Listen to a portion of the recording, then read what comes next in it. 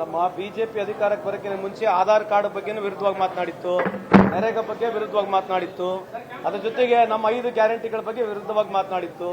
ಎಲ್ಲಾ ಚುನಾವಣೆಗಳು ಬಂದಾಗ, ಮಹಾರಾಷ್ಟ್ರ ಚುನಾವಣೆ, MP ಚುನಾವಣೆ, ಬಿಹಾರ್ ಚುನಾವಣೆಗಳಲ್ಲಿ ಎಲ್ಲಾ ಚುನಾವಣೆಗಳು ಬಂದಾಗ ನಮ್ಮ ಸ್ಕೀಮ್ ಇಂಪ್ಲಿಮೆಂಟ್ ಮಾಡಿ ಲಾಸ್ಟ್ ಎಲೆಕ್ಷನ್ ಬಂದಾಗ ಹೆಣ್ಮಕ್ಳಿಗೆ ದುಡ್ಡು ಕೊಟ್ಟು ಗೆಲ್ತಕ್ಕಂಥ ವ್ಯವಸ್ಥೆಯಲ್ಲಿ ಅವರಿದ್ದಾರೆ.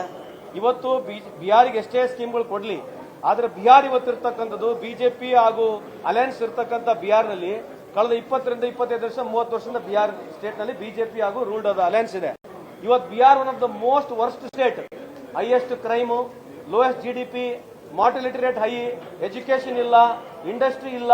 ಮತ್ತೆ ಬಿಜೆಪಿ ರೂಲ್ಡ್ ಸ್ಟೇಟ್ಗಳಿಗೆ ಸೌತ್ ಇಂಡಿಯಾಗೆ ನೀವು ಕಂಪೇರ್ ಮಾಡಿ ನೋಡಿದ್ರೆ ಯಾವುದೇ ಬಿಜೆಪಿ ರೂಲ್ಡ್ ಸ್ಟೇಟ್ ನೀವು ಕಂಪೇರ್ ಮಾಡಕ್ಕಾಗಲ್ಲ. ಒಂದು. ಎರಡನೇದು, ನಮ್ಮ ಪಾಲಿನ ಜಾಸ್ತಿ ದುಡ್ಡು ಕೂಡ ಅಲ್ಲಿ ಹೋಗ್ತಾ ಇದೆ.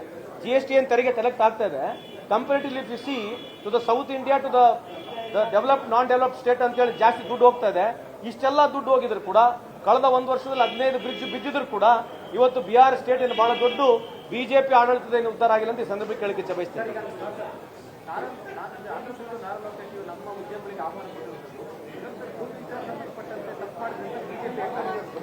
ಅಲ್ಲ, ಬಿಜೆಪಿಯವರು ಏನ್ ಹೇಳ್ತಾರೆ ಅದ್ರ ಬಗ್ಗೆ ಗೊತ್ತಿಲ್ಲ. ಒತ್ತಡ ಇತ್ತು ಮುಖ್ಯಮಂತ್ರಿ ಅವರಿಗೆ, ನಮ್ಮ ಸರ್ಕಾರದ ಮೇಲೆ ರೈತರ ಹೋರಾಟ ಇತ್ತು, ಒತ್ತಡ ಇತ್ತು. ಲ್ಯಾಂಡ್ ವಾಪಸ್ ಕೊಡೋದ್ರಿಂದ ಮುಖ್ಯಮಂತ್ರಿಗಳು ಕ್ಲಿಯರ್ ಆಗಿ ಹೇಳಿದ್ದಾರೆ, ಯಾರ್ಯಾರು ವಾಲಂಟಿಯರ್ ಆಗಿ ಕೊಡಬಹುದು ಅವ್ರು ಕೊಡಬಹುದು.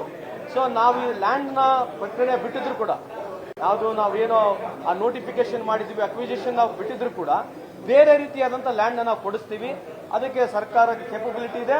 2 ಮಿನಿಸ್ಟರ್ಗಳು, ನಮ್ಮ MB ಪಾಟೀಲ್ ಆಗಿರ್ಬೋದು, ಪ್ರಿಯಾಂಕ್ ಖರ್ಗೆ ಅವರು definitely they work towards it and see to that land will be given.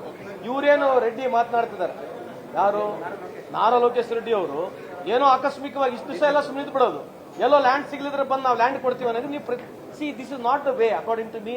If they have told, if just by giving land, if the industry would have created, ಮತ್ತೆ ಇಷ್ಟು ವರ್ಷದಿಂದ ಯಾಕೆ ಸುಮ್ಮನೆ ಇದ್ರು? ಕೇಂದ್ರದಲ್ಲಿ ಅವ್ರದೇ ಸರ್ಕಾರ ಇದೆ, ರಾಜ್ಯದಲ್ಲಿ ಕೂಡ ಅವ್ರದೇ ಸರ್ಕಾರ ಇದೆ, ಹೈಯೆಸ್ಟ್ ಮೆಜಾರಿಟಿನಲ್ಲಿ ಅವರಿದ್ದಾರೆ.